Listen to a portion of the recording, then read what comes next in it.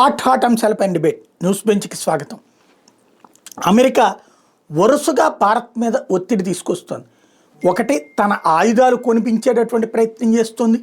రెండో పక్కన మనం ఏం చేయాలి అన్నది డిసైడ్ చేసే ప్రయత్నం చేస్తుంది. అట్లాగే భారత్కి సంబంధించి ఆయిల్ రంగంలో పెట్టుబడులు కనుక ఇదే ఆయిల్ రష్యా నుంచి కొంటే చూస్తూ ఊరుకోం, 500% పన్నులు వేస్తామని చెప్తోంది. యూరోపియన్ యూనియన్ ఆల్రెడీ ఆంక్షలు విధిస్తోంది. అసలు అమెరికన్ ఆర్థిక పరిస్థితి ఎలా ఉంది? దానికోసమే ఈ చర్యలు చేస్తుందా, లేదా సహజ సిద్ధ ఆధిపత్య ధోరణితో ఈ వ్యవహారాలు నడిపిస్తోందా? యూరోపియన్ యూనియన్ ఇప్పుడు అమెరికా మాట వింటోందా? ప్రస్తుతం అంతర్జాతీయ పరిణామాల్లో భారత్ ఏం చేయాల్సి ఉంది?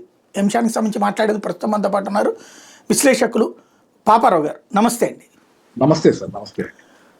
అమెరికా అసలు ఎందుకు ఈ విధమైనటువంటి ధోరణి, అంటే ఒకప్పుడు భారత్కి అనుకూల విధానంగా ఉండేది, పాకిస్తాన్కి వ్యతిరేకంగా ఉండేది ఇదే ట్రంప్ సర్కార్ దీనప్పుడు, ఇప్పుడు వచ్చేటప్పుడు కంప్లీట్గా మారిపోయింది.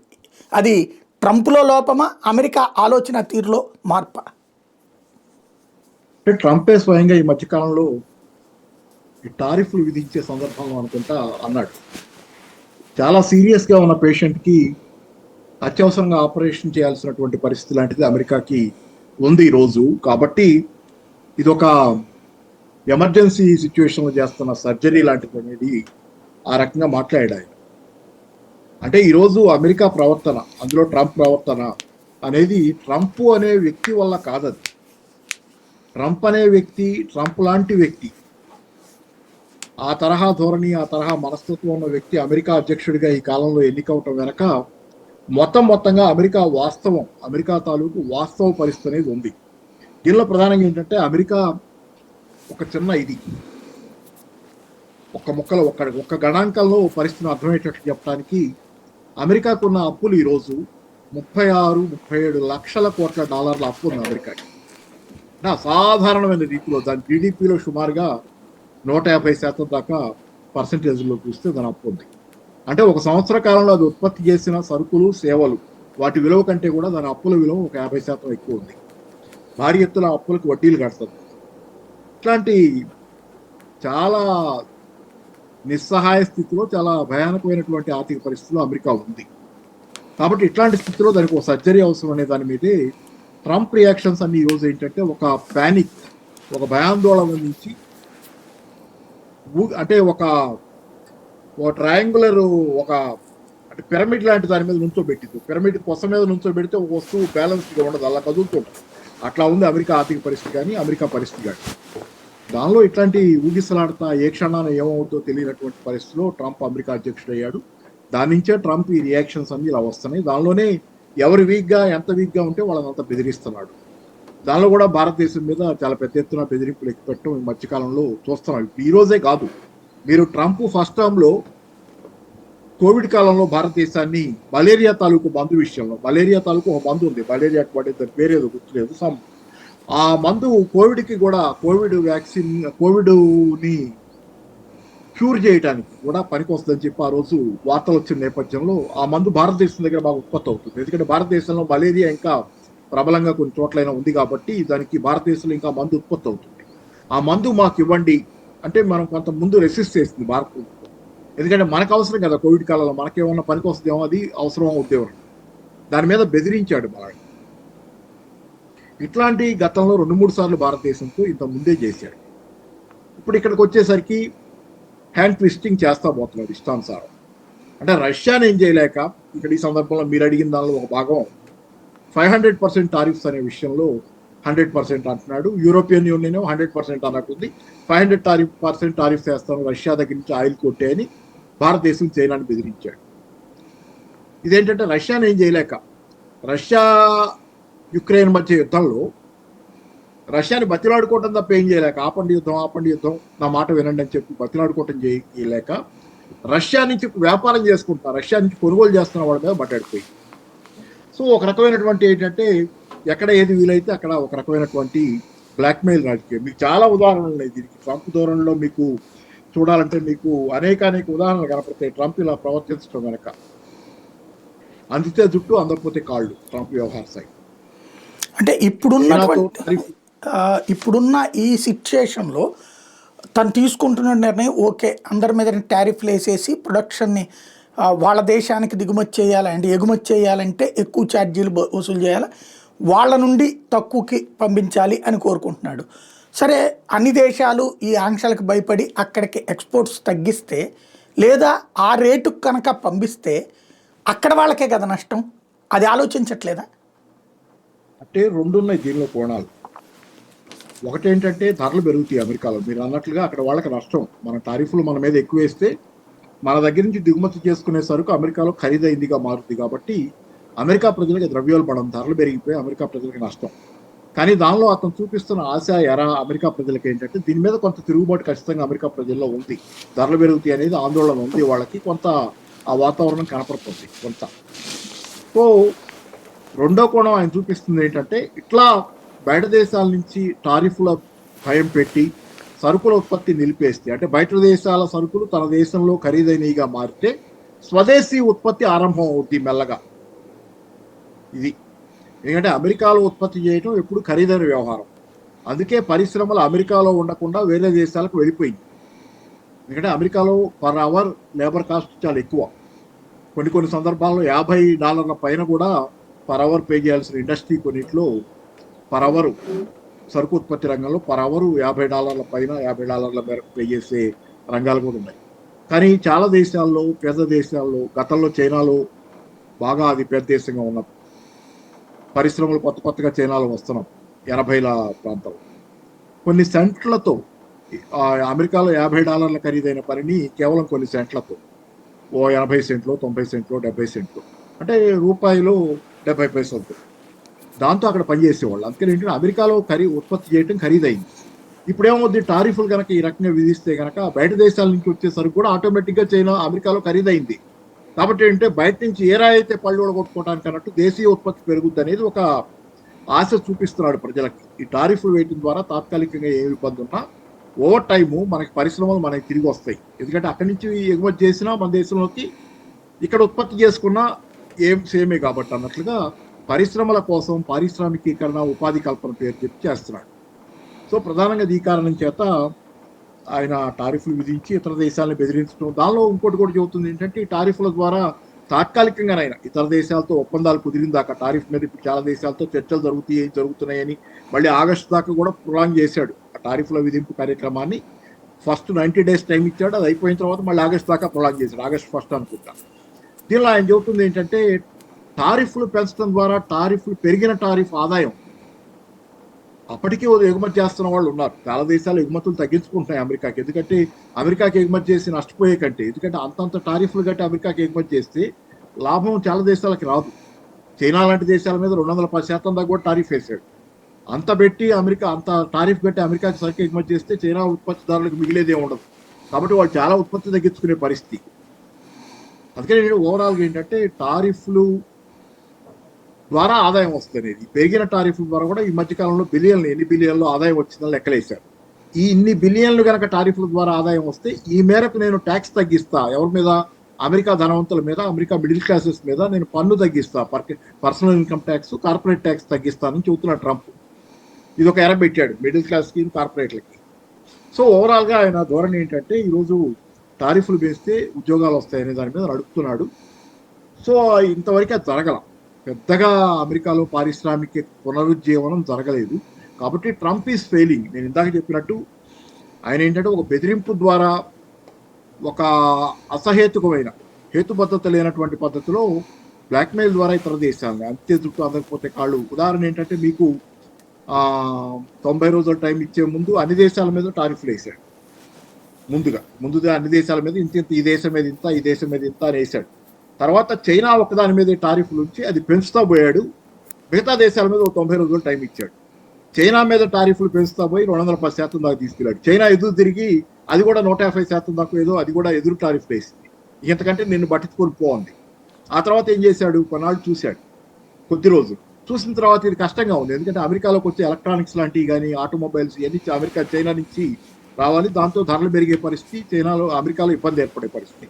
దాంతో ఎలక్ట్రానిక్స్ మీద, అంటే computers, smart phones, computer processors, smart phones, ఇట్లాంటి వాటి మీద టారిఫ్ని మళ్ళీ తగ్గించాడు. అలాగే ఆటోమొబైల్స్ మీద టారిఫ్లు తగ్గించాడు. అంటే మెట్లు దిగాడు. అంటే ఎదుటివాడు బెదిరిపోయి తలొగ్గితే ఒకలాగా, బెదరకుండా ఎదురు తిరిగితే ఒకలాగా. చాలా విషయాల్లో మీకు చాలా ఉదాహరణలు ఉన్నాయి, నాకు గుర్తురాట్ల ఇమీడియట్గా. కానీ ట్రంప్ రెండో వాళ్ళ మీదకి దూకుడుగా వెళ్ళటం, మళ్ళీ వెనక్కి తగ్గటం, ఇవన్నీ చాలా సందర్భాల్లో చాలాసార్లు జరిగినాయి. గుర్తొస్తే నేను ఉదాహరణలు కూడా చూస్తాను. అంటే ఇవాళ ఇప్పుడు మనకి ఫర్ ఎగ్జాంపుల్ ఎప్పటి నుంచినో ప్లాస్టిక్ నిషేధించాలి, ప్లాస్టిక్ని బ్యాన్ చేయాలి అని చెప్పి ఉద్యమాలు, ఊరేగింపులు, సభలు, సమావేశాలు ఇవన్నీ కూడా జరుగుతాయి. కానీ ఆల్టర్నేటివ్ లేకపోవడం వల్ల అదే ప్లాస్టిక్ మనం మళ్ళీ వాడుతూనే ఉంటాం. ఇప్పుడు ట్రంప్కి ఫస్ట్ ముందు తన దేశంలో ఆల్టర్నేటివ్ ఏర్పాటు చేయాలి కదా. వస్తాయి అవి కరెక్టే, ముందు వాళ్ళని ప్రోత్సహించుకుని వాళ్ళు వచ్చాక చేయాల్సింది వదిలేసేసి ముందు ఈ పని చేయడం ద్వారా ఇప్పుడు ఆయన అన్నట్టు ఈ టారిఫ్ల ద్వారా వచ్చే డబ్బులతో భవిష్యత్తులో వాళ్ళకి తగ్గించాలి. కానీ ఇప్పుడే ధరలు పెరిగిపోతే వాడికి అక్కడ ఉపాధి అవకాశాలు కరువు అయిపోతాయి కదా, ఇబ్బంది అవుతుంది కదా. అంత అంటే వాళ్ళ దగ్గర మంచి ఎక్స్పర్టైజేషన్ ఉందంటారు కదా. లోపం ట్రంప్ మూలంగా వాడు మాట్లాడలేకపోతున్నారు వాళ్ళు, లేకపోతే వాళ్ళే ఈ సలహా ట్రంప్కి ఇచ్చినట్టు అనుకోవాలి. అంటే ప్రత్యామ్నాయం ఏర్పరచుకున్న తర్వాత ఈ టారిఫ్లు పెంచడం లాంటివి చేయాలనేది ఒక మీరు మాట్లాడే దాని అర్థం వరకు. అంటే ప్రత్యామ్నాయం కనుక అమెరికాకు ఉంటే, అంటే దాని దగ్గరే దాని పరిశ్రమలు దాని దగ్గరే ఉండి, దాని ఉపాధి కల్పన దాని చేతిలో ఉంటే అసలు టారిఫ్లు ఎప్పటికీ అవసరం లేదు అమెరికాకి. ఈ యుద్ధమే అవసరం లేదు. అమెరికాలో పారిశ్రామిక రంగం ఖాళీ అయిపోయింది. మీకు 2 ముక్కల్లో చెబుతాను. మీకు 1902 ముఖాలు ఉంటాయి సార్ ఈ వ్యవస్థ, అమెరికా వ్యవస్థ అనే దానిలో. కానీ ప్రపంచంలో ఏ దేశ ఆర్థిక వ్యవస్థకైనా 2 ముఖాలు ఉంటాయి.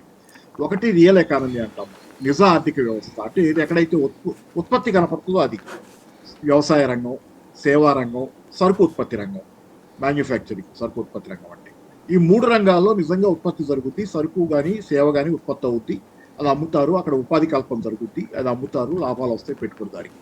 ఇది ఒక రంగం, ఇది ఒక ముఖం, వ్యవస్థ ముఖం. ఒక ముఖం ఏంటంటే నిజ ఆర్థిక వ్యవస్థ, వ్యవసాయ, సేవ, పారిశ్రామిక రంగాలు. ఇంకో ముఖం ఏంటంటే ఫైనాన్స్ రంగం. ఫైనాన్స్ రంగం అంటే మన బ్యాంకులు కానీ, షేర్ మార్కెట్లు కానీ, ఇట్లాంటివన్నీ ఫైనాన్స్ రంగం. రియల్ ఎస్టేట్ కూడా ఫైనాన్స్ రంగం కిందే వస్తుంది. ఈ రంగంలో ఏంటంటే ఉత్పత్తి ఉండదు. మీకు ఉత్పత్తి లేకపోయినా ఏమవుతుందంటే ఈ రంగం నిజ ఆర్థిక వ్యవస్థకి, ఇందా నేను చెప్పిన వ్యవసాయానికో, సేవా రంగానికో, పారిశ్రామిక రంగానికో పెట్టుబడులు సప్లై చేస్తుంది.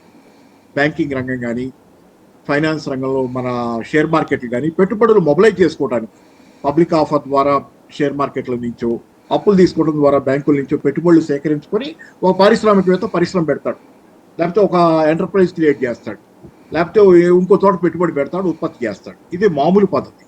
కానీ 1979 వచ్చేసరికి అమెరికా లాంటి ధనిక దేశాలు ఎక్కువ చోట్ల ఏం జరిగిందంటే ఈ రియల్ ఎకానమీ అనేది దెబ్బతింటం మొదలైంది.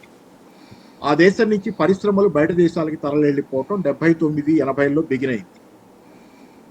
ఆ దేశ పరిశ్రమలు మొత్తం చైనాకి వెళ్ళిపోయింది. ఇది సరుకు ఉత్పత్తి రంగ పరిశ్రమలు మొత్తం 80లో వాళ్ళు అప్పుడే చైనాని కూడా ఓపెన్ చేశారు, డెంగ్ సియాఓపింగ్. పరిశ్రమలన్నీ మ్యానుఫ్యాక్చరింగ్, సరుకు ఉత్పత్తి రంగ పరిశ్రమలు దాదాపుగా చైనాని అందుకనే ప్రపంచానికి ఫ్యాక్టరీ అంటారు. ప్రపంచ ఉత్పత్తిలో, సరుకు ఉత్పత్తిలో 30% దాకా అక్కడే ఉంది. మొత్తం అక్కడి ధరలు వెళ్ళిపోయింది. అలాగే తర్వాత 90s వచ్చేసరికి ఏమైంది, ఇంటర్నెట్ వచ్చింది. ఇంటర్నెట్ వచ్చేసరికి ఏమైంది, సేవా రంగం ఏదైతే మన సాఫ్ట్వేర్ ఆధారితంగా ఉన్నది సేవా రంగం కానీ ఏదైనా కానీ, టీపీఓలు, ఏదైనా మన కాల్ సెంటర్, ఇట్లాంటివన్నీ భారతదేశానికి వచ్చినాయి. సేవా రంగం మొత్తం భారతదేశం. ఎందుకంటే మనం ఇంగ్లీష్ మాట్లాడతాం, అమెరికన్ లాగా చైనా వాళ్ళు మాట్లాడరు. మనకి వాళ్ళ కామన్ ఇది ఏంటంటే ఇంగ్లీష్ మాట్లాడతాం. ఇట్లా అమెరికా నుంచి సేవారంగ పరిశ్రమలన్నీ భారతదేశం లాంటి దేశానికి తరలి వచ్చినాయి. దాంతో front office of the world ఏమైంది, ఇండియా అయింది. ఇట్లా దీనికి పేర్లు కూడా అయ్యే ఉన్నాయి. చైనానేమో ఫ్యాక్టరీ ఆఫ్ ద వరల్డ్ అన్నారు, ఇండియానేమో front office of the world అన్నారు. ఎందుకంటే సేవారంగం ఇక్కడ ఉంది, ఇంగ్లీష్ మాట్లాడే వాళ్ళు దాకా. ఇట్లా అవటంతో అమెరికా ఎంటీ జాబ్స్ లేవు. గత 30-40 ఏళ్ళుగా ఈ జాబ్స్ పోవటం మొదలయ్యి 90లో సేవారంగం కూడా ఉద్యోగాలు కూడా పోవటం జరిగిన తర్వాత గత 40-35-50 సుమారుగా 40-45 ఏళ్ళుగా అమెరికా నడుస్తుంది కేవలం అమెరికన్ క్రెడిట్ కార్డుల మీద, అప్పుల కల్చర్ మీద. .com బబుల్ 90లో అయితే .com బబుల్, షేర్ మార్కెట్లో బాగా షేర్లు పెరిగినాయి. ఇది హై టెక్నాలజీ కంపెనీల సాఫ్ట్వేర్, ఇంటర్నెట్ రావడంతో ఆ షేర్లు బాగా పెరిగి నాస్డాక్. అట్లా జనాలకి డబ్బులు వచ్చినాయి. వాళ్ళు జనాలు దాని మీద బతకడం, అంటే ₹100 పెట్టుబడి పెట్టడం షేర్ మార్కెట్లో, అది బాగా వాల్యూ పెరిగిపోయి $200 వస్తే అమ్ముకొని మళ్ళీ $100 షేర్ మార్కెట్లో ఇంకో కొన్ని షేర్లు కొని ఆ $100 ఖర్చు పెట్టుకోవడం. ఈ రకంగా ఆదాయం కాదు. ఇంకోటి తర్వాత ఏమైంది, 2001 వచ్చేసరికి .com బబుల్ పడిపోయింది, పేలిపోయింది షేర్ మార్కెట్ బబుల్. తర్వాత 2003 కల్లా తెచ్చారు. ఏం తెచ్చారు? రియల్ ఎస్టేట్ బబుల్ తెచ్చారు. రియల్ ఎస్టేట్ పెరిగింది, ప్రపంచవ్యాప్తంగా కూడా పెరిగింది. దానిలో ఏమైందంటే మీకు లో ఇంట్రెస్ట్ రేట్లకి గృహ రుణాలు ఇవ్వటం మొదలుపెట్టారు. దాంతో 2003 నుంచి రియల్ ఎస్టేట్ విపరీతంగా పెరిగింది అమెరికాలో, తక్కువ రుణాలకి వడ్డీలు అప్పులు ఇవ్వటంతో. దాంతో అది రియల్ ఎస్టేట్ భూమి వచ్చి రియల్ ఎస్టేట్ విపరీతంగా పెరిగిపోయి బాగా అప్పు తీసుకోవటం, బ్యాంక్ దగ్గర ఇల్లు కొనటం ఇవన్నీ తేలికైంది. దాంతో రియల్ ఎస్టేట్ బబ్బులు బాగా భూమి వచ్చింది అమెరికాలో. ఆ భూమి ఏమైంది?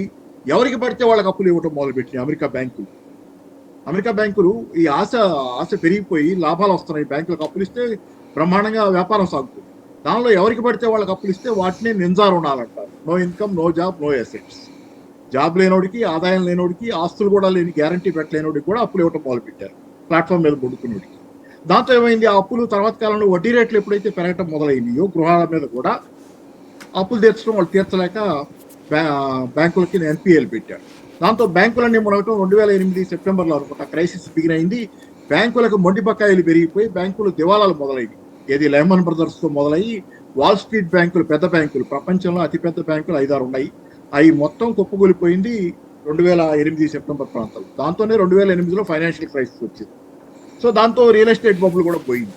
ఆ తర్వాత కాలంలో 2009 నుంచి చివరి ముక్క 2009 నుంచి అమెరికన్ ఎకానమీని నడుపుతుంది వీళ్ళు. అమెరికా గవర్నమెంటే ఉద్దీపన పథకాలు ఇస్తుంది. అంటే డాలర్లు ముద్ర కొట్టి సర్క్యులేషన్లో పెడతారు, కొంత జనాలకి ఇస్తుంది. ఉదాహరణ కోవిడ్ కాలంలో కూడా మనం చూసాం. జనాల అకౌంట్లో జనాలు బయటకు వచ్చి పనిచేసుకునే పరిస్థితి లేదు కాబట్టి ఆ రోజు జనాల అకౌంట్లో ఇండివిజువల్గా ఒక వ్యక్తి ఉంటే $1,200 వేశారు నెల. ఇద్దరు కనుక ఉంటే ఫ్యామిలీలో భార్యాభర్త $2,500, $2,400 వేశారు. ముగ్గురు అంటే ఫ్యామిలీలో ఇద్దరు పిల్లలు, ఇద్దరు పెద్దోళ్ళు ఉంటే కనుక $3,200 అకౌంట్లో వేశారు. ఇట్లా డాలర్లు ముద్ర కొట్టి జనాల కొనుగోలు శక్తి కాపాడారు. దాంతో డాలర్లు ముద్ర కొట్టడం విపరీతం అయిపోతే కాగితం కరెన్సీ డాలర్ని కాగితం ఎట్లా పడితే అట్లా ముద్ర కొడితే దాని విలువ పడిపోతుంది. ఇట్లా విపరీతంగా ముద్ర కొట్టేసరికి 2022 నుంచి ద్రవ్యోల్బణం వచ్చింది. అంటే డాలర్ విలువ పడిపోయింది, పైకి కనపడే మొదలైంది, స్పష్టంగా పైకే కనపడుతుంది. ధరలు పెరిగిపోతున్నాయి, అంటే డాలర్ కొనుగోలు శక్తి పడిపోయింది. అది ప్రపంచవ్యాప్తంగా అన్ని దేశాల్లో ద్రవ్యోల్బణంగా బయటపడింది. సో ఇది సార్ జరిగింది. ఇప్పుడు డాలర్ ముద్రేయాలన్న భయం ఏంటంటే వడ్డీ రేట్లు తగ్గించాలన్న అమెరికాలో ఎక్కువ. డాలర్ ఇంకా ముద్రేస్తా పోతే కనుక అమెరికా ఆర్థిక వ్యవస్థలో డాలర్ చిత్కాయితం అవుతుంది. డాలర్ ఎప్పుడైతే చిత్కాయితం అవుతుందో అమెరికా కొలాప్స్ అవుతుంది. సో కాబట్టి they are in a corner. ఈ రోజున్న పరిస్థితి ఏంటంటే అమెరికాలో సొంతగా ఆర్థిక వ్యవస్థ దానికి లేదు. మీరు అడిగినట్లు కనుక వాళ్ళు పరిశ్రమలు మళ్ళీ వాళ్ళ దగ్గర పరిశ్రమలు ఏర్పరచుకొని ఆ తర్వాత టారిఫ్లు విధించే అసలు అవసరం లేదు. పరిశ్రమలు కనుక వాళ్ళు ఏర్పాటు చేసుకోగలిగితే వాళ్ళకి అసలు టారిఫ్ల కార్యక్రమం, ఈ టారిఫ్ల పెంపుడు ఇట్లాంటి కార్యక్రమం ట్రంప్ది అవసరం లేదు. పరిశ్రమలు ఏర్పాటు కావాలంటే అమెరికా లేబర్ కాస్ట్ ఇంత ఎక్కువ ఉండకూడదు. ఆల్రెడీ తరలిపోయినాయి. ఆ పరిశ్రమలు తిరిగి రావాలన్నా ఇప్పటికి కూడా చైనాలో సుమారు $4 లోపే పర్ అవర్ పనిచేయ ఎంత కాస్ట్లీ అయింది. భారతదేశంలో అయితే $1 లోపే సుమారుగా ఎంత కాస్ట్లీ అయింది. అమెరికాలో చాలా ఎక్కువ ఉంది, దీనికంటే ఎన్నో రెట్లు ఎక్కువ ఉంది లేబర్ కాస్ట్. కాబట్టి వెనక్కి పరిశ్రమలు వెళ్ళటం అనేది సాధారణ పరిస్థితుల్లో జరగదు. అమెరికా పారిశ్రామికీకరణ జరగదు. ఆ మాటకు వస్తే 2008లో అమెరికా గవర్నమెంట్ దగ్గర సాయం తీసుకున్న పరిశ్రమలు, జనరల్ మోటార్స్, ఫోర్డ్ కంపెనీ లాంటివి కూడా అమెరికా గవర్నమెంట్ దగ్గర సాయం తీసుకున్న క్రైసిస్ వచ్చినప్పుడు సాయం తీసుకున్నాయి. సాయం తీసుకున్న పరిశ్రమలు అమెరికాలో బెట్ల పరిశ్రమలు వాళ్ళు మళ్ళీ తిరిగి కొత్తగా కార్ల కంపెనీ పెడితే కొత్త కార్ల కంపెనీ అమెరికాలో బెట్ల వాళ్ళు పోయి మెక్సికోలో పెడతారు. అంటే అమెరికా గవర్నమెంట్ ఇచ్చిన డబ్బులు తీసుకొని, అంటే అమెరికా ప్రజలు ఇచ్చిన పన్ను డబ్బుతో కోలుకున్న పరిశ్రమలు, జనరల్ మోటార్స్ లాంటివి కూడా అమెరికాలో పెట్టుబడులు పెట్టకుండా డబ్బులు తీసుకెళ్లి మెక్సికోలో లాభాలు అక్కడ ఎక్కువ వస్తాయి, లేబర్ కాస్ట్ తక్కువ. సో ఇట్లాంటివి దీనికి అది ఇక్కడ ఏంటంటే ఓవరాల్గా అమెరికా కోలుకోవటం అనేది సాధారణమైన పద్ధతిలో జరగదు. కాబట్టి టారిఫ్ల లాంటి పద్ధతిని ఆశ్రయించి టారిఫ్లు పెద్ద ఎత్తున వేసి విదేశాల సరుకులు తన దేశంలో బాగా ఖరీదైనవిగా చేసి తద్వారా ఈ దేశంలోనే పరిశ్రమ పెట్టి అమ్ముకుంటే బెటర్ కదా అని చెప్పి బయట వాళ్ళు వచ్చి ఇక్కడ పెట్టుబడులు పెడతారని ఆశ అది జరుగుతుంది. రైట్. అంటే ఇప్పుడు ఆల్రెడీ చైనా కావచ్చు, లేకపోతే ఇతర దేశాలు కూడా ఇదివరకు డాలర్నే మారకంగా వాడుకునేవాళ్ళు. ఇప్పుడు రష్యా లాంటి వాళ్ళు గోల్డ్ మార్కం కూడా బిగిన్ చేసేసారు. అట్లాగే మనం రూపాయల్లో మారకం కొన్ని చోట్ల చేస్తున్నాం, చైనా వాళ్ళ యువాన్లో మారకం చేస్తుంది, రష్యా వాళ్ళకి తీసుకుంటుంది. ఇవి ఆపాల్సిందే, డాలర్ వైపే ఉండాల్సిందే, డాలరే ఫైనల్గా ఉండాలన్నటువంటిది ట్రంప్ పదే చెప్తున్నాడు. ఆ ఒత్తిడికి తలొగ్గుతాయి ఆ దేశాలు. అంటే బెదిరిస్తున్నాడు. ఒక నిస్సహాయ స్థితి నుంచి వచ్చినటువంటి ఉన్మాదపు ప్రేలాపన, బెదిరింపు. డాలర్ గనక ఈరోజు పడిపోయిందంటే కేవలం తన దేశంలో పరిశ్రమలు లేవు. అమెరికాకు సొంతగా పరిశ్రమ లేదు, ఉత్పత్తి లేదు. డాలర్ని ముద్ర వేయటం ద్వారా కేవలం డాలర్ని చూపించేది. ఎందుకంటే ప్రపంచానికి రిజర్వ్ కరెన్సీ డాలర్. 1944లో ప్రపంచ దేశాలన్నీ కలిసి డాలర్ని రిజర్వ్ కరెన్సీగా. రెండో ప్రపంచ యుద్ధం అయిపోతుంది, 45లో అయిపోయింది. అమెరికా అయిపోతుందని అందరికీ అర్థమైంది. జర్మనీ ఓడిపోద్ది, రెండో ప్రపంచ యుద్ధం ఓడిపోద్ది జర్మనీ అని. మిగతా దేశాలు అప్పుడు 44 ఏ నెల గుర్తులేదు కానీ అన్ని దేశాలు అమెరికాలో బ్రెటన్ వుడ్స్ అనే చోట సమావేశమయ్యారు. చాలా దేశాలు, 44 దేశాలు ఆ రోజు సమావేశమయ్యాయి. ఆ రోజు ఇక రెండో ప్రపంచ యుద్ధం అయిపోయేసరికి బ్రిటన్ ప్రాబల్యం తగ్గిపోయింది, దెబ్బతింది. రెండు ప్రపంచ యుద్ధాల్లో బ్రిటన్ దెబ్బతింది, దాని ప్రాబల్యం తగ్గి దాని స్థానంలో అమెరికా బాగా ధనిక దేశంగా, శక్తివంతమైన దేశంగా బయటకు వచ్చింది. దాంతో ఏంటంటే బ్రిటన్ పౌండ్ బదులు వ్యాపారాలు చేసుకోవడానికి ప్రపంచంలో ఒక కరెన్సీ ఉండాలి దేశాల మధ్య. ఎందుకంటే ఏ దేశం కరెన్సీని ఏ దేశం రెండోది ఒప్పుకోదు, కానీ అందరూ ఒప్పుకునే ఒక కరెన్సీ ఉండాలని చెప్పి అమెరికా డాలర్ను ఆ రోజు బ్రెటన్ వుడ్స్ లో అందరూ కలిసి 44 దేశాలు ముందు బిగినైని, తర్వాత అన్ని దేశాలు దానికి సంతకాలు పెట్టినాయి. ఈ 44 భారతదేశం కూడా ఉంది ఆ సంతకాలు పెట్టిన వాటిలో 44లో. సరే, అయితే ఇప్పుడు వీళ్ళందరూ కలిసి ఆ రోజు డాలర్ను ఒప్పుకున్నారు. డాలరే అంతర్జాతీయ రిజర్వ్ కరెన్సీగా పెట్టారు ఆ రోజు. సో అది ఎప్పుడు దాకా నడుస్తుంది. ఇప్పుడు అంటే అప్పుడున్న బలం అమెరికాకి లేకపోయినా ఒక ఇనర్షియా ఉంటుంది సార్. ఇప్పుడు దాన్ని వదిలించుకోవాలంటే అందరం ఆ నెట్వర్క్లో చిక్కుపోయాం, డాలర్ నెట్వర్క్లో చిక్కుపోయాం. డాలర్ ప్రాబల్యం చాలా తగ్గింది, డాలర్లో వ్యాపారాలు కూడా చాలా తగ్గినాయి. కానీ ఇప్పటికి కూడా డాలర్ ఇంకా చాలా దేశాలకు వ్యాపార లావాదేవీలకు ఒక లూబ్రికెంట్గా, లావాదేవీలకు మధ్యలో ట్రాన్సాక్షన్ కరెన్సీకి అదే ఉంది. ఎందుకంటే ఇనర్షియా అంటే ఒక్కసారి ఇది రాత్రి అనుకున్నట్లుగా జరగదు కాబట్టి నెమ్మదిగా జరగాలి. కొలాప్స్ అనేది అయితే మెల్లగా జరగడం అనేది మనం మామూలుగా జనరల్గా థింకింగ్ ఎలా ఉంటుందంటే లీనియర్ థింకింగ్ చేస్తాం. ఏదైనా వస్తువు ఈ దిశలో ప్రయాణం చేస్తుంటే ఇలా పోతానే ఉంటుంది అనుకుంటాం, పోతానే ఉంటుంది. డిక్లైన్ కూడా ఇలా నెమ్మదిగా జరుగుద్ది, పతనమైనా నెమ్మదిగానే దొరుకుతాం. కానీ చరిత్ర అలా ఉండదు. మామూలుగా ఎప్పుడైనా జరిగేది ఏంటంటే జంపులు ఉంటాయి. క్రైసిస్ పాయింట్ అనేది వస్తుంది ఒకటి. దీన్ని టిప్పింగ్ పాయింట్ అనే బుక్గా ఒక ఆథర్ గతంలో ఈ మధ్య ఒక 15 ఏళ్ళు అయిందనుకుంటా టిప్పింగ్ పాయింట్ అనే బుక్ వచ్చింది. టిప్పింగ్ పాయింట్ అంటే మీకు బటర్ఫ్లై ఎకనామిక్స్ అని కూడా ఒక మాట ఉంది దానిలో. బటర్ఫ్లై ఎకనామిక్స్ అంటే ప్రపంచంలో ఆర్థిక పరిస్థితికి ఒక స్థాయికి చేరుకున్నప్పుడు ప్రపంచ భూగోళంలో ఒక పక్కన అవతలి పక్కన ఈ మామూలు బటర్ఫ్లై అంటే మన సీతాకోచిలుక రెక్కలు ఇట్లా రెప్పరెప్పలు అడిచినా కానీ దానికి కూడా మొత్తం కొలాప్స్ అవుతుంది సిస్టమ్ అని. అంత చిన్న దీనికి కూడా last on the back of the camel లాగా. క్యామెల్ చాలా బరువు మోస్తుంది, దాని మీద ఎంతైనా బరువు మోస్తూ ఉంటుంది. కానీ చివరికి మీరు స్ట్రా వేస్తే, మనం తాగే కొబ్బరి బొండం నీళ్ళు తాగే స్ట్రా వేసినా ఆ బరువు కూడా కూలపడుతుంది, అదనంగా పడేదానికి. కాబట్టి అట్లాగే ఎకానమీలో కూడా దేనిలోనైనా కానీ జంపులు ఉంటాయి. కాబట్టి ఏంటి ఇక్కడ ఖచ్చితంగా ఏంటంటే డాలర్ కూడా ఒక జంప్ పాయింట్లో కొలాప్స్ అయ్యే పాయింట్ వస్తుంది. అది మనకి లీనియర్ థింకింగ్లో అర్థం కాదు. అమెరికాలో క్రైసిస్ వస్తుంది అనేది అర్థం కావాలంటే అమెరికాని లీనియర్ థింకింగ్ ప్రకారం చూస్తే అది మామూలుగా ఇలా నడుస్తుంది అనుకుంటాం. కానీ ట్రంప్ దాన్ని గుర్తుపట్టగలిగాడు, అది నిజమే. కానీ ఆయన పరిష్కారం పనిచేయదు, అది వేరే విషయం.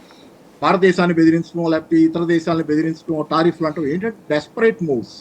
కానీ ఏంటంటే క్రైసిస్ అనేది ఒక టిప్పింగ్ పాయింట్, ఒక జంపులో జరిగేది క్రైసిస్ అనేది. కాబట్టి డాలర్ కూడా ఈరోజు ఏంటంటే ఈరోజు చాలా దేశాలు వాడుతున్నాయి. ప్రత్యామ్నాయం వస్తే గనక పతనం వేగం అవుతుంది. అందుకనే బ్రిక్స్ దేశాలను బెదిరిస్తున్నాడు. మీరు ప్రత్యామ్నాయం అనే ఒక సిస్టమ్ని ఏర్పాటు చేయగలిగితే గనక మీరు అన్నట్లు రష్యా విషయంలో స్విఫ్ట్ నుంచి బ్రేక్ చేశారు దాన్ని. స్విఫ్ట్ ఎకానమీ, స్విఫ్ట్ లావాదేవీలకు ప్రపంచ దేశాల మధ్య డాలర్ లావాదేవీలకు వాడే సాఫ్ట్వేర్ సిస్టమే స్విఫ్ట్ అనేది. ఆ స్విఫ్ట్ నుంచి రష్యాని బహిష్కరించాడు. అంటే స్విఫ్ట్ అతను రష్యా వాడకుండా బ్లాక్ చేశారు. అంటే డాలర్లో ఏ కొనుగోలు చేయలేదు, వ్యాపారం చేయలేదు రష్యా. అప్పుడేమైంది, డాలర్కి ప్రపంచ దేశాలు చాలా దేశాలతో వాణిజ్యం తింటది అనుకున్నారు. కానీ రష్యా అంతకుముందు 10 సంవత్సరాల నుంచి జాగ్రత్త పడుతుంది. జార్జియాతో యుద్ధం మొదలైనప్పుడు, రష్యా జార్జియాతో యుద్ధం చేసినప్పుడే చాలా దేశాలు దాని మీద కక్ష కట్టినాయి. అమెరికా కూడా దానికి వ్యతిరేకించేది. ఆ సందర్భంలోనే రష్యా గుర్తించింది, ముందు కాలంలో మనం ఇలాగే ఉంటే డాలర్ మీద మనల్ని వీళ్ళు వదిలిపెట్టరు. కాబట్టి అప్పటి నుంచి కూడా జార్జియాతో యుద్ధం తర్వాత, జార్జియా పరిస్థితి తర్వాత రష్యా డాలర్ని తగ్గించుకోవడం మొదలుపెట్టింది. డాలర్ని తన ఫారిన్ ఎక్స్చేంజ్ రిజర్వ్స్లో తగ్గించుకొని గోల్డ్ ఎక్కువ కొంట మొదలుపెట్టింది. రష్యా ఫారిన్ ఎక్స్చేంజ్ కిట్టీలో, దాని ట్రెజరీలో ఎక్కువ గోల్డ్ ఉంది ఈరోజు డాలర్ల కంటే కూడా. Dollar nominal. ఆ తర్వాత కాలంలో చైనాతో స్నేహం పెరిగిన తర్వాత చైనా రష్యా మధ్య యువాన్ వాణిజ్యం, ఇతర దేశాలతో కూడా, భారతదేశంతో కూడా కొంతకాలం పాటు రూపాయి వ్యాపారం చేసింది రష్యా. ఇట్లా ఇతర దేశాల కరెన్సీ వైపు డైవర్సిఫై అవటం అనేది అనఫిషియల్గా జరుగుతుంది ఇప్పుడు.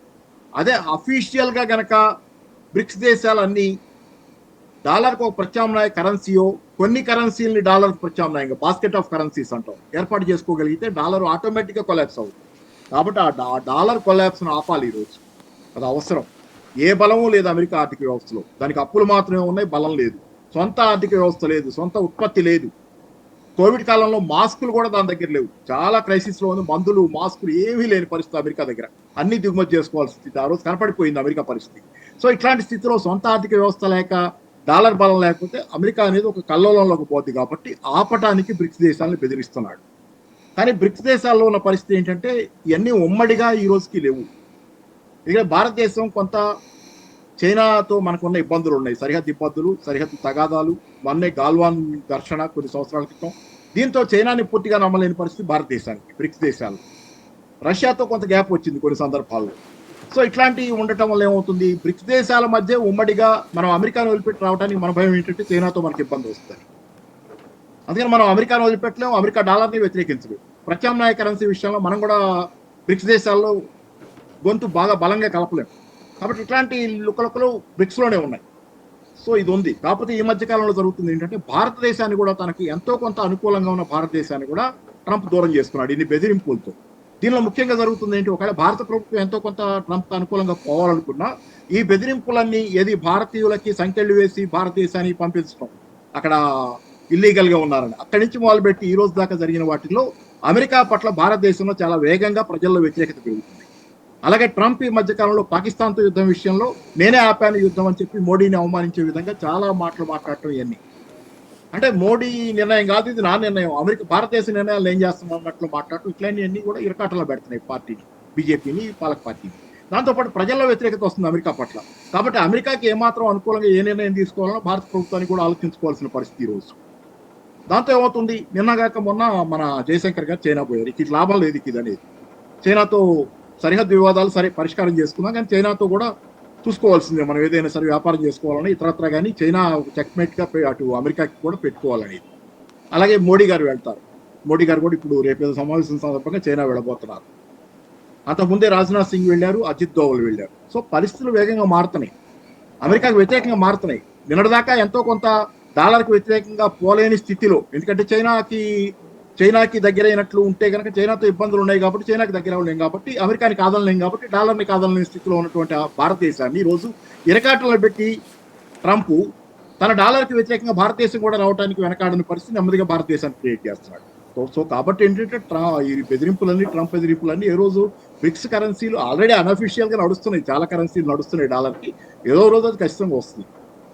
ఏంటంటే ఇక్కడ అమెరికా చేస్తున్న ఈ ఎత్తులన్నీ, అంటే ఇప్పుడు ప్రభుత్వం మారినప్పుడల్లా పాలసీలు మారుతుంటాయి.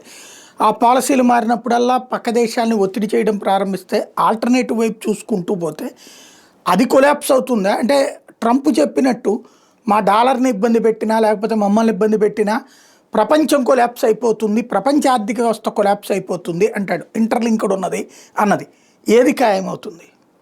అంటే పరిపాలకుడు మారినప్పుడు విధానాలు మారటం అనేది కరెక్టే, కానీ అమెరికా ఇప్పుడు జరుగుతున్న దీంట్లో ఏంటంటే పరిపాలకుడు మారి బిడెన్ పోయి ట్రంప్ వచ్చినంత మాత్రాన్ని కాదు, అసలు పరిస్థితులు మారినాయి కాబట్టి పరిస్థితులు వేగంగా మారుతున్నాయి కాబట్టి ట్రంప్ రెండోసారి కూడా రాగలిగాడు.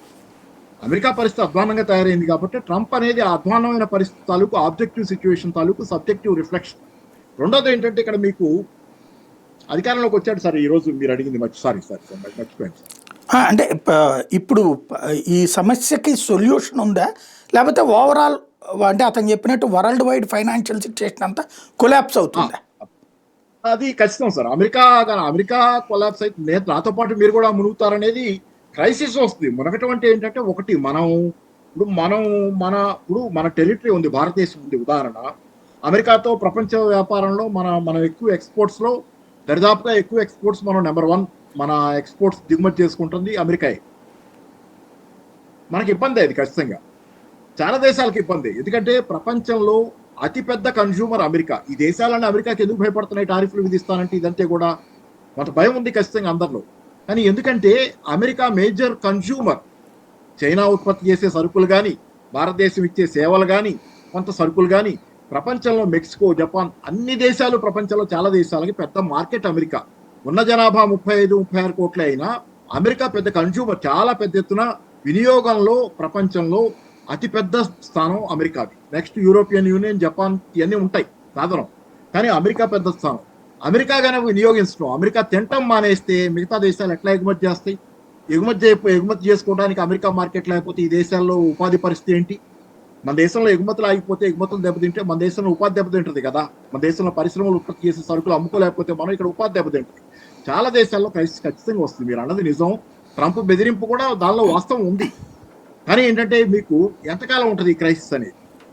ఎవరికి వాళ్ళు ఇప్పుడు చైనా చాలా కాలం నుంచి 2008లో క్రైసిస్ మొదలైనప్పుడు ప్రపంచంలో అమెరికా కేంద్రంగా ఫైనాన్స్ క్రైసిస్ మొదలైనప్పుడు బ్యాంకులు, అమెరికా వాల్ స్ట్రీట్ బ్యాంకులు కుప్పగొలిపోయి ఆ తర్వాత ప్రపంచవ్యాప్త ఆర్థిక మాంద్యంగా అది మారుతున్న క్రమంలో చైనా తన పాత్ మార్చుకుంది. ఇక నుంచి మనం ఎక్కువ అమెరికాకి ఎక్స్పోర్ట్ చేయలేమనేది గుర్తించింది. అమెరికాలో క్రైసిస్ వచ్చింది, అమెరికాలో ప్రజల కొనుగోలు శక్తి ఇత్యాది తగ్గుతాయి, ఈ పరిస్థితి ఇలా రాబోతుంది అనే దాని మీద 2009, 2010 ప్రాంతం వచ్చేసరికి చైనా ఇంటర్నల్ కన్సంప్షన్ పెంచుకోవడానికి, దేశీయంగానే తన ప్రజల కొనుగోలు శక్తి పెంచుకోవడానికి మొదటి ప్రయత్నాలు మొదలుపెట్టింది. అంటే ప్రజల కొనుగోలు శక్తి పెంచడం అంటే జీతాలు. మీరు చూడండి లేబర్ వేజెస్ ఎలా పెరిగినాయి చైనాలో, మిగతా ప్రపంచ దేశాల్లో లేబర్ వేజెస్ 2008, 2009 తర్వాత ఎలా పెరిగినాయి, మిగతా ప్రపంచంలో ఎలా ఉన్నాయి. ఆ తర్వాత చాలా పెద్ద ఎత్తున మినిమం వేజ్ చట్టాలు కానీ కార్మికుల వేతనాలు భారీ ఎత్తున చైనాలో పెంచుకుంటూ వచ్చారు. ఉద్యోగులు, కార్మికుల జీతాలు ఇంటర్నల్ కన్సంప్షన్ పెంచడానికి. బయటికి ఎగుమతి చేయలేం కాబట్టి దేశంలోనే తినాలి. దీనికోసం ఆ మార్పులు చేసుకుంటూ వచ్చారు ఎకానమీ. ఇప్పుడు అమెరికా మీద ఆధారపడటం తగ్గింది చైనా ఉదాహరణ. ఎందుకంటే తన పాత్ని స్టీరింగ్ తన చేతిలో పెట్టుకొని ఇక అమెరికా మీద ఆధారపడటం. ట్రంప్ ఫస్ట్ టైం వచ్చేసరికి ఇంకా బాగా గుర్తించారు వాళ్ళు, వీళ్ళ మీద మనం ఆధారపడలేము, దెబ్బతింటామని. అందుకే ఈ సౌత్ ఈస్ట్ ఏషియా దేశాలతో వ్యాపారం పెంచుకున్నారు. వాళ్ళ వ్యాపారం ఎక్కువ, అమెరికాతో తగ్గింది చాలా చైనా వ్యాపారం. సౌత్ ఈస్ట్ ఏషియా దేశాలతో పెంచుకున్నారు, చుట్టుపక్కల దేశాలన్నిటితో వ్యాపారం పెంచుకున్నారు. చాలా దేశాల డైలమా అదే. కొరియా లాంటి దేశాల డైలమా ఏంటంటే అమెరికా మీద ఆయుధ పరంగాను ఇతరత్ర ఆధారపడి ఉన్నాయి, లేకపోతే డెమోక్రటిక్ కంట్రీస్ గా వీళ్ళందరి మధ్య ఉమ్మడి అభిప్రాయం ఉంది ఈ దేశాల మధ్య, కానీ వ్యాపార పరంగా చైనాకి దగ్గరగా ఉంది. అది వాళ్ళ డైలమా, అది ఖచ్చితంగా ఈ రోజు అంటే అట్లా దగ్గరైంది. రెండోది ఏమైంది, మీకు చైనాలో మీకు ఇంటర్నల్ కన్సంప్షన్ పెంచడంతో పాటు ఉదాహరణ చెబుతాం మీకు. అప్పుడు ట్రంప్ వచ్చిన ఫస్ట్ టర్మ్లో సోయాబీన్స్ ఈ టారిఫ్లు వేసుకునే క్రమంలో చైనా అమెరికా దగ్గర నుంచి సోయాబీన్స్ కొనటం మానేసింది.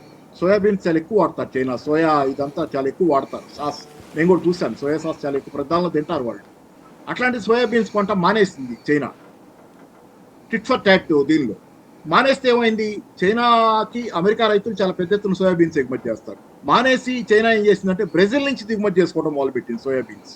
తర్వాత ఇప్పుడు పరిస్థితి ఏంటి, ఇప్పుడు అది అలవాటైపోయి బ్రెజిల్ నుంచి కొనటం అలవాటై ఆ నెట్వర్క్లోకి వెళ్ళిన తర్వాత అమెరికా సోయాబీన్స్ ఎగుమతులు చైనాకి ఇప్పుడు కూడా కోలుకోవాలి, రైతులు ఇబ్బంది పడుతున్నారు. సో ఇట్లా ఓవరాల్గా ఏంటంటే మన ఎకానమీ ఇప్పుడు భారతదేశానికైనా ప్రత్యామ్నాయం ఏంటంటే మనం బయట దేశాల మీద, అంటే ఖచ్చితంగా మీరు అన్నట్లుగా అమెరికా కొలాప్స్ అయితే అమెరికన్ క్రైసిస్ అనేది గ్లోబల్ క్రైసిస్ అవుద్ది. గ్లోబల్ క్రైసిస్ తాలూకు తాకిడి మన మీద తక్కువ ఉండాలంటే భారతదేశంగా తీసుకుంటే, ఎందుకంటే మనం ఇక్కడ వాళ్ళం, మన సంగతి కూడా మనకి బాగా ఇంపార్టెంట్, మిగతా అన్నిటి పక్కన పెడితే. కాబట్టి భారతదేశం తన కాళ్ళ మీద తను నిలబడాలంటే భారతదేశానికి ఉన్న అవకాశాలు చాలా దేశాలకు లేవు సొంత కాళ్ళ మీద నిలబడాలంటే. నేను సొంతగానే ప్రమోట్ చేస్తాను కాన్సెప్ట్. ఈ మధ్యకాలంలో దానికి వాయిస్ కూడా వస్తుంది. మన నీతి ఆయోగ్ తాలూకు ఆయన సుమన్ బెర్రీ లాంటి వాళ్ళు కూడా ఈ యాంగిల్ నుంచి మాట్లాడుతున్నారు. మన దేశానికి ఉన్న ప్రత్యేకత ఈ క్రైసిస్ని తట్టుకోవడానికి ఏంటంటే, క్రైసిస్ వస్తే ఏమవుద్ది, ఎక్స్పోర్ట్స్ దెబ్బతింటాయి, మనవి కూడా దెబ్బతింటాయి, తింటాయి కూడా.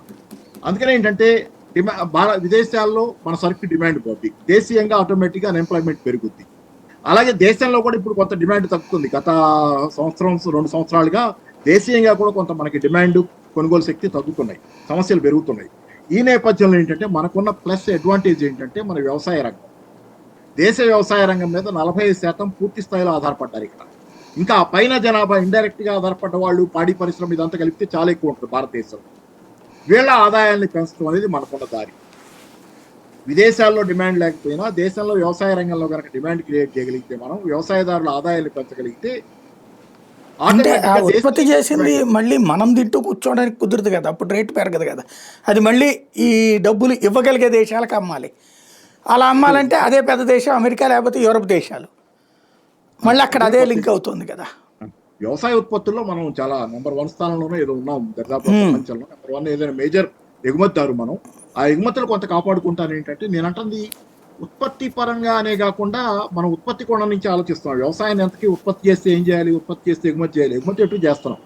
ఉత్పత్తి పరంగా కాకుండా ప్రొడక్షన్ కోణం నుంచి కాకుండా లాభసాటిగా ఉండటం కోణం నుంచి చూడాలి. వ్యవసాయ ఉత్పత్తి బాగా పెరగచ్చు కానీ రైతు బాగోపోవచ్చు, ఉత్పత్తి బాగా జరగచ్చు కానీ రైతుకు ఆదాయం ఉండకపోవచ్చు. ఇప్పుడు జరుగుతుంది అదే కదా, రైతు ఉత్పత్తి చేస్తున్నాడు, ఇంకా ఉత్పత్తి పెరిగిందంటే ఇంకా సమస్య అవుతుంది. లేదు లేదు, అక్కడ మీకు ఏంటంటే మన మినిమం సపోర్ట్ ప్రైస్ నా వ్యక్తిగతమైన అడ్వకసీ ఇది. ఈ మధ్య కాలంలో చాలా మంది కూడా మాట్లాడుతున్నారు, నేను ఒక్కనే కాదు, గత 15 సమస్య సంవత్సరాల నుంచి ఒకటి నేను ఏంటంటే మాట వేరు ప్రాక్టికల్గా. ఇప్పుడు నా దగ్గర ఇప్పుడు ఫర్ ఎగ్జాంపుల్ నిన్న మామిడికాయలే ఉన్నదండి, చిత్తూరు మామిడికాయదే. అది కొనేవాళ్ళు తినేవాళ్ళు తక్కువ, మనకి విదేశాలకు ఎగుమతి చేస్తే దానివల్ల బెనిఫిట్ వస్తుంది.